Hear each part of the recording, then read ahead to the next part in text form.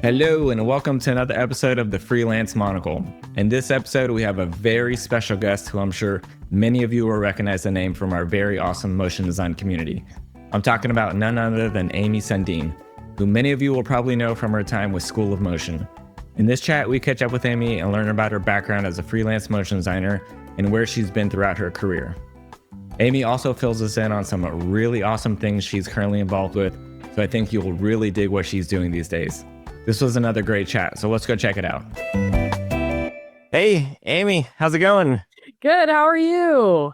Good. Yeah, not too bad. Super excited to have you here. Thanks so much for taking time to chat.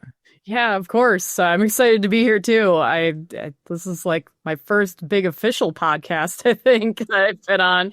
Well, aside from the School of Motion one, I talked about that a little bit. Yeah.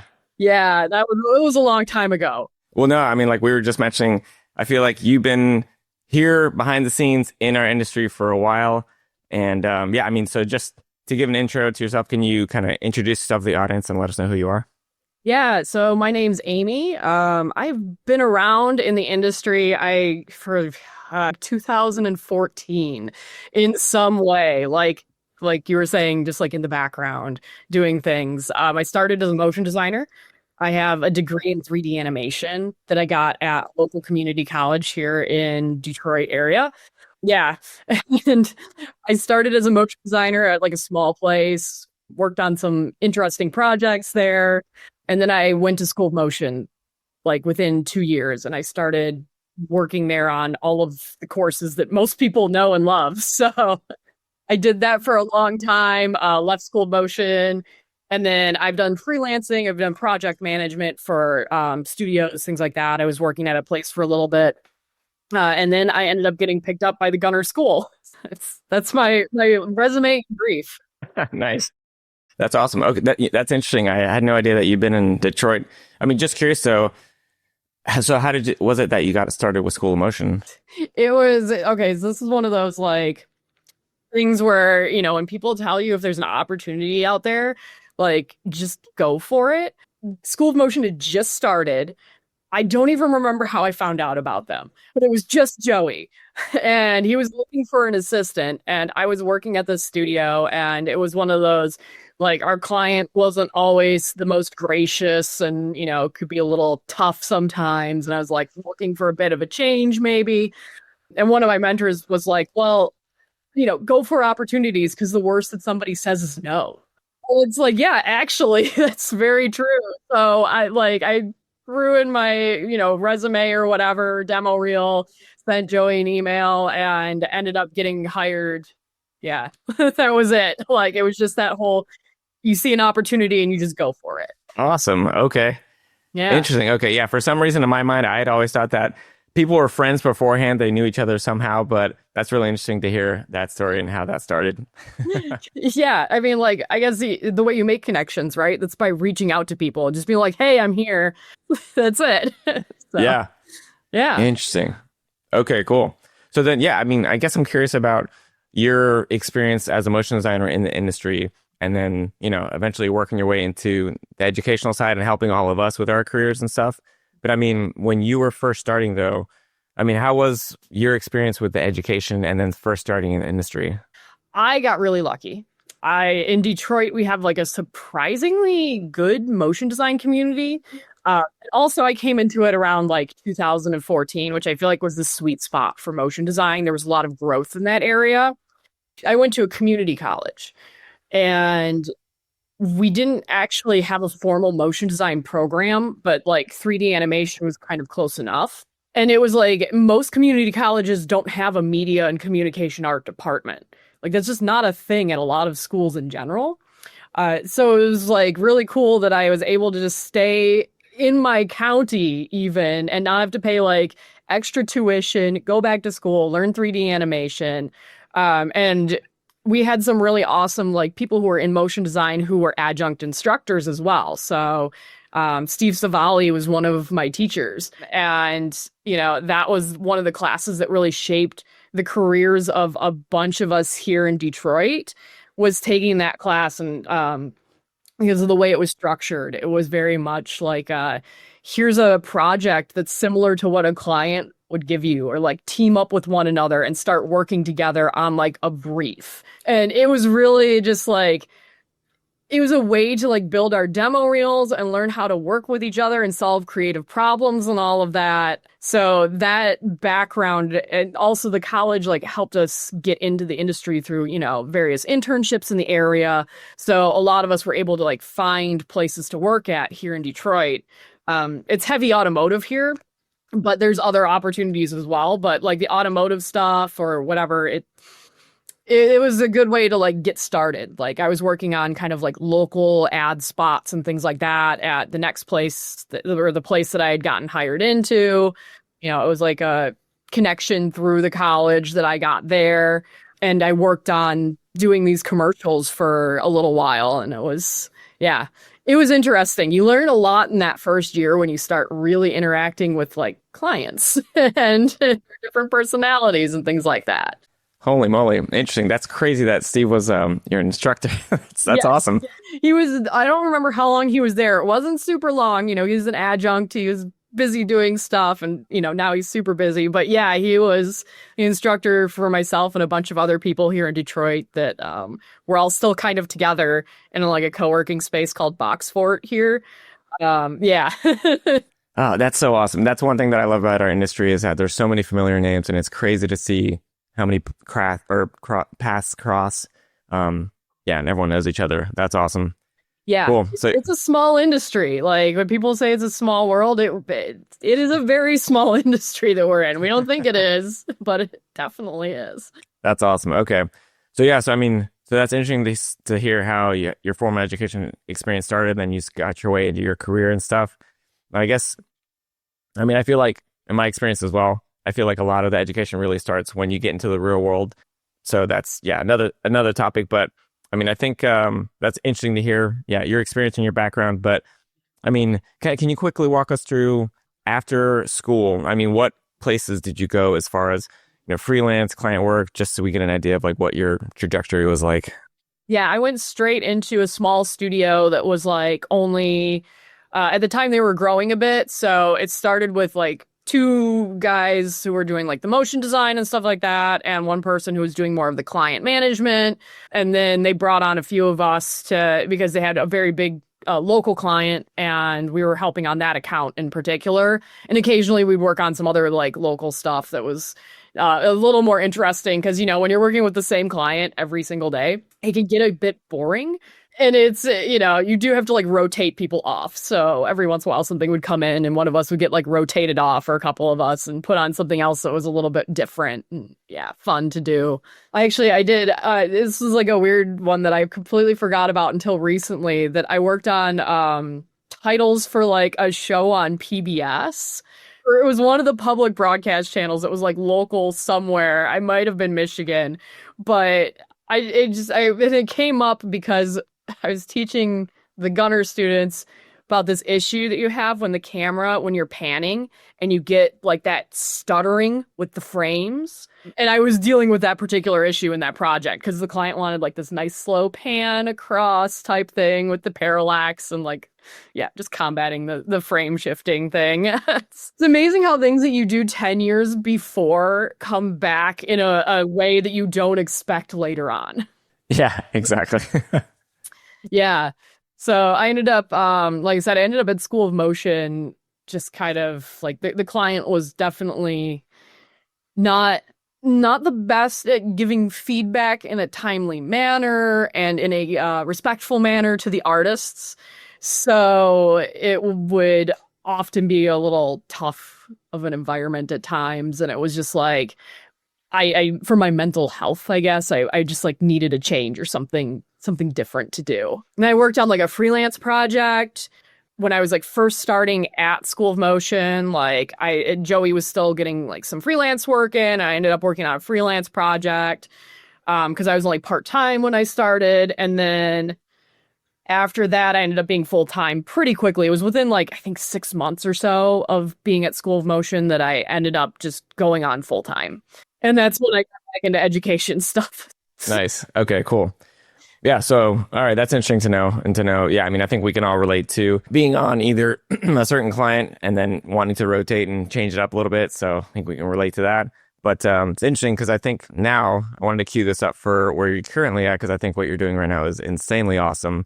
But can you tell us a little bit about what you're currently doing and what team you're working with? Yeah, so right now I'm the executive director at the Gunner School, or I guess we've switched, we've dropped the, so it's Gunner School. But yeah, I'm the executive director there. Basically, we're trying to make motion design education more accessible by removing financial barriers to access on it for people who don't have industry experience, basically. So like, somebody who's out there and maybe they just graduated college. They haven't landed an internship. They're just struggling to get their footing out there. Maybe they're self-taught. They went through School of Motion and they did all these classes and like, what's the next step beyond all that? How do you make connections within the industry, like if you're not in it? So those are the problems that we're trying to solve is like connection, community, and financial barriers for people who are on that outside, like building that strong entry-level talent that people really could use out there. I can totally relate to that. And this is why when I caught wind of this, my head exploded because I know that was a big challenge for me and I'm sure for plenty of other people. But when you're getting in the industry, I mean, it's totally different. And the funny thing is, like, I remember hearing a comment somebody said in class, I think it was one of the teachers, and they said that when you get into the real world, I mean, when you get like, a staff job, whatever, you're going to appreciate the 40 hours a week because as a student, you're just like grinding all the time and in classes and it's a totally different environment.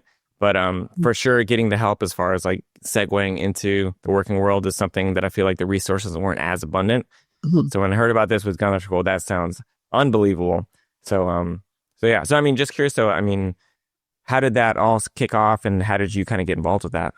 Yeah, so I actually have been, because I'm in Detroit, that's where Gunner is from, right? The founders are from Detroit. They were both self-taught. They were literally like in our old location of Boxfort, which is that co-working space I was talking about for motion designers and other artists here in Detroit. We were literally below them, like downstairs from Gunner. So we could just like go up there and say, hey, like, how you guys doing? And just see what they're, check out what they're working on. There was a lot of like people freelancing, from Boxford up at Gunner. And then like we got to kind of watch it grow with like Hobbs starting up and some of the other initiatives they had. So because I had always, I had always been around and like I knew them and they knew I was at School of Motion and everything. So I had left School of Motion. I was producing stuff at another small place here in Detroit. Well, I say small. When we're talking small, like under 50 people, right? Like not a big agency. Like this other motion design place called First Fight, which was really fun. I really enjoyed doing that. We had like the slowdown that happened. We all remember that, where everything kind of seemed to hit the brakes in 2023. And at the same time, Gunner got bought up by Duolingo. So Duolingo acquired Gunner the studio right around that time period. And it was somewhere in 2022, 2023 they were acquired. And they ended up keeping the name to turn it into a school that would be a nonprofit school that would help teach people these job skills and bring them into the studio and expose them to mentorship within the industry. So that's kind of where that started. And it was like, as soon as I heard about that, like I saw it and I was like, immediately sent them an email like, hey, I'm interested. Like, this sounds awesome. Let me know when you're doing stuff. Yeah, I eventually was brought on to this as the curriculum director. So I started out by creating the programming for the Gunner School.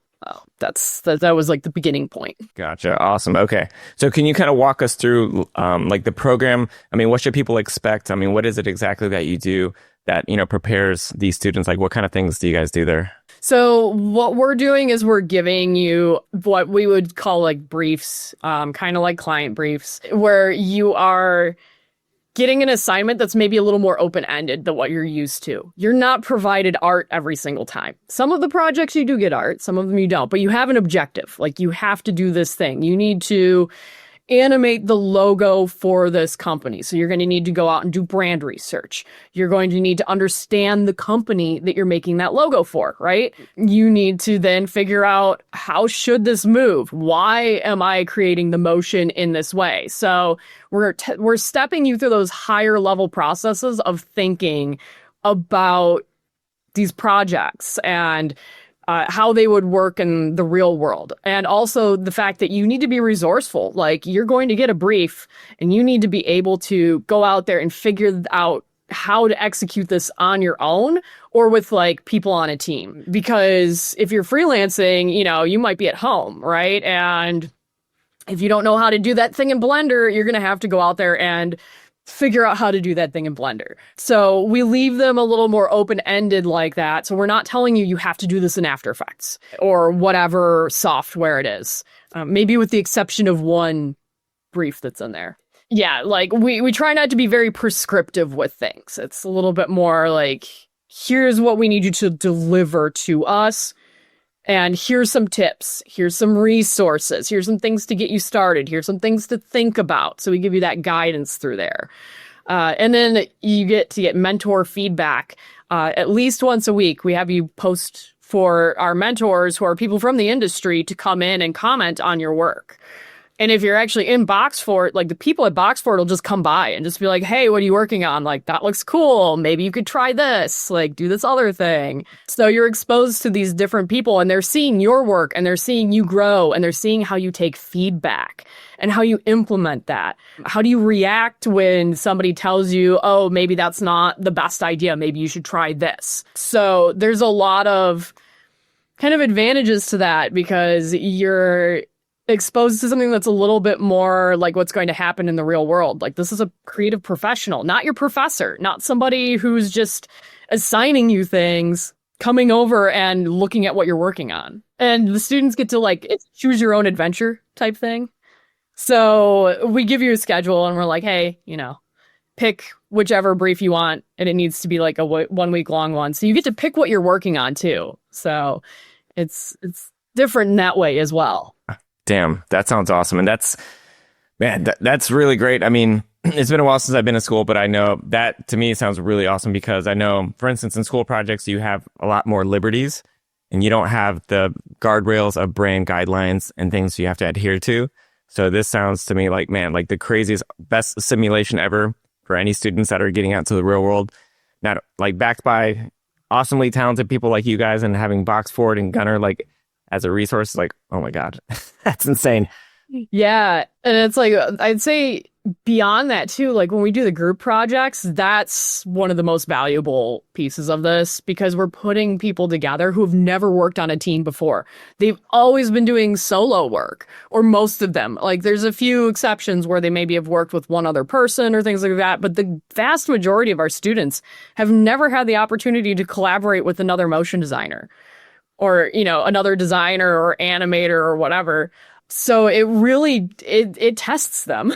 You have to learn how to create something with another person and listen to their ideas and make something that looks like, one crew of people made it, not 4 individuals. And then we threw in the added bonus of, we opened up our program to be online as well. So you might be working with somebody who's 10 hours time difference from you. So how do you navigate that?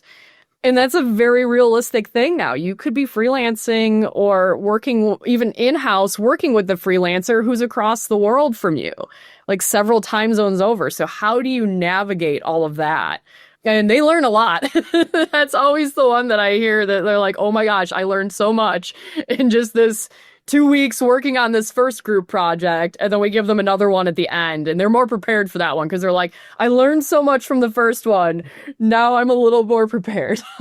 That's so true. Yeah, because international timing, that's true. Because I have worked with international clients and teams before. And that's definitely something to consider in the production schedule because they're literally across the world, opposite time zones. So yeah, damn, that's awesome that they get exposed to that too. That's okay. Sweet. That's cool. Yeah, definitely my favorite part too. Like I said, it's just such a valuable lesson learning to do that. So then just curious though, so what kind of students is it that you're seeing coming through the program?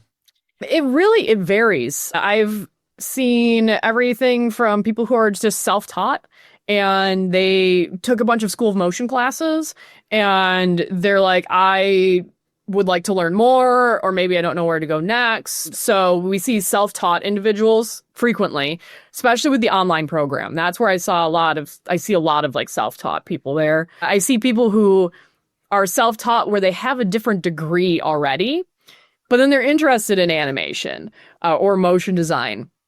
So I've had students who had like a computer science background or something like that, and they're like, I want to learn animation now. And they maybe have a little bit of a portfolio because we do require some foundations in animation, design, illustration, something like that. And they want to learn to animate. So we consider that being self-taught. Like if you have a bachelor's in something unrelated or even a master's. We had one person who did have, I believe it was her master's or in neuroscience, I think it was. So yeah, she was interested in science communication and she had portfolio and we're like, yeah, awesome. It's a variety of people. And then we'll get people who just got their degree and they are having trouble like finding an internship or things like that. So they do have a background in motion design from traditional schooling, or maybe not motion design, but like animation in traditional schooling, and we, bring them on as well. But yeah, a variety of people for sure. Gotcha. Okay. And just so we know too, I mean, when you do this program, what kind of a time commitment is it?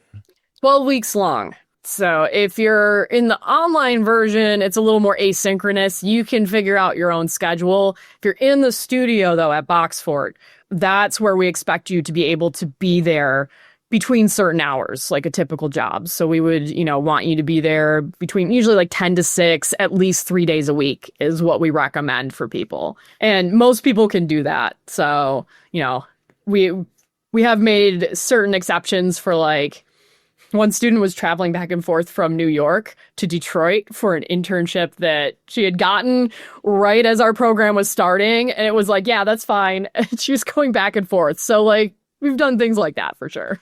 Gotcha. Okay. Yeah, I wasn't sure what kind of time commitment because I know sometimes internships like it's either once a week or sometimes it's full time. So I wasn't sure what kind of commitment it was. Yeah, this is like somewhere between that. Like we recommend at least 20 hours a week. And really that's just to get the most out of it. Because if you can't dedicate enough time to this program, then you're going to be creating subpar work and you're really not going to get all those benefits. Or if you're not in the studio when people are there, like when the bulk of the freelancers are there, you're not going to get that feedback like as casually, like where people are coming over and just chatting with you.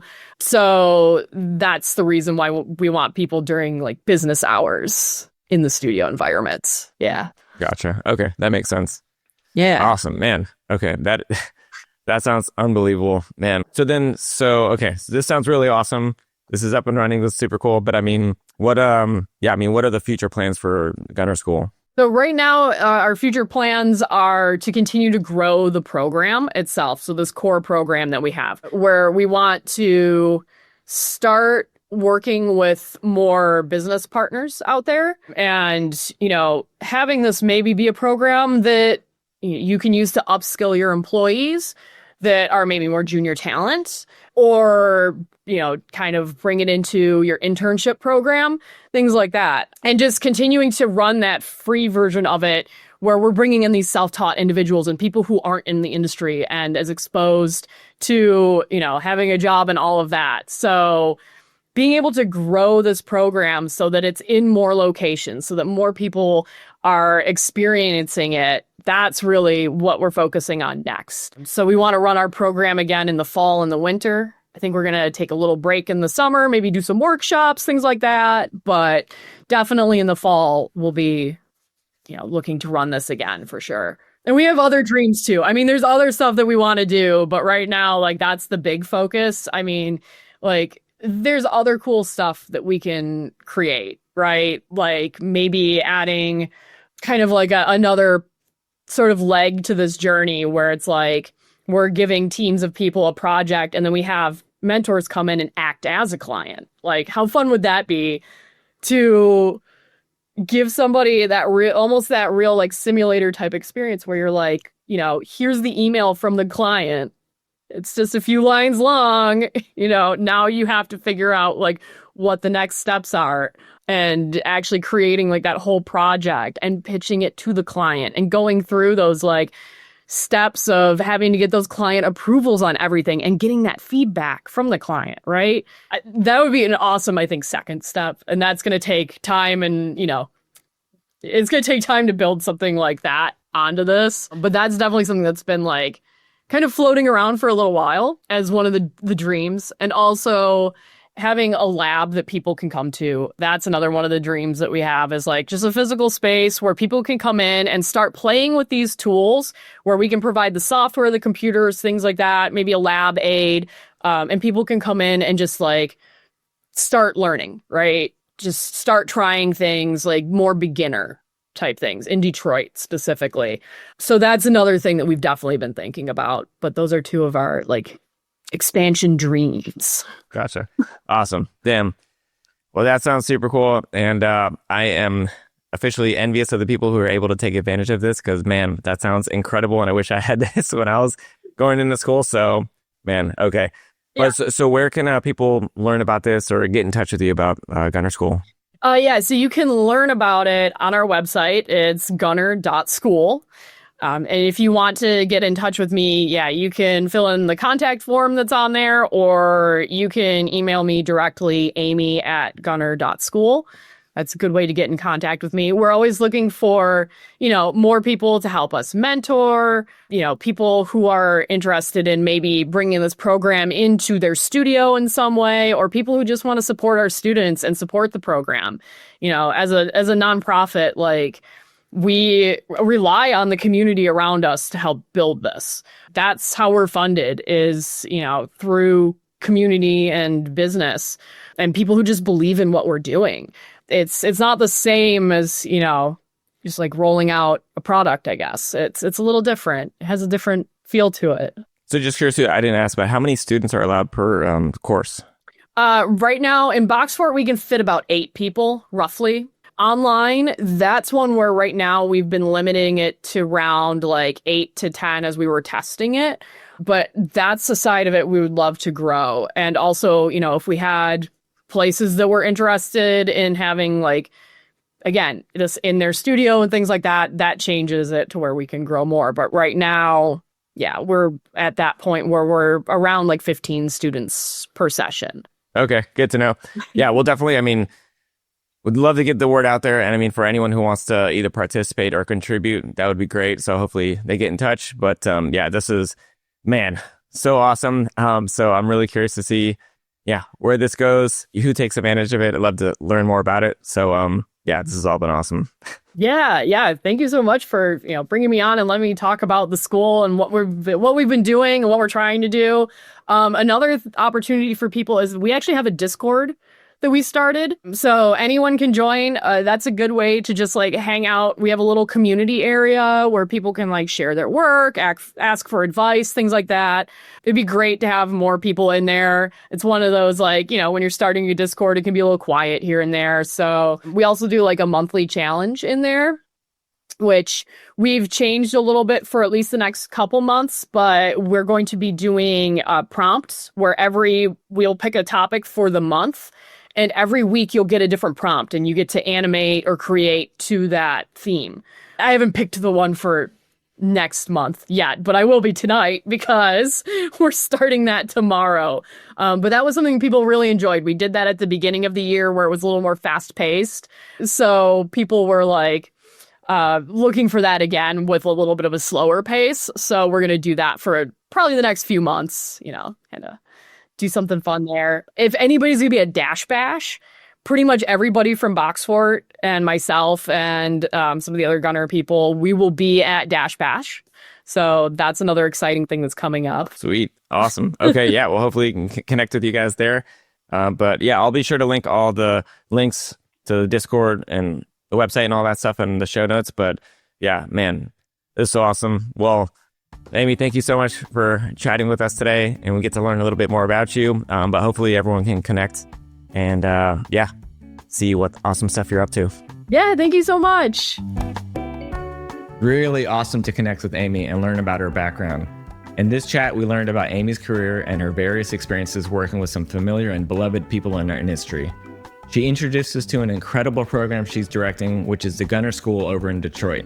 This sounds like an unbelievable opportunity for anyone wanting to get into the motion design field. So I definitely encourage you to go check them out and see how you can get involved. Be sure to connect with Amy, and hopefully you can catch up with many of the great folks at industry events throughout the year. Thanks again, and we'll see you in the next chat.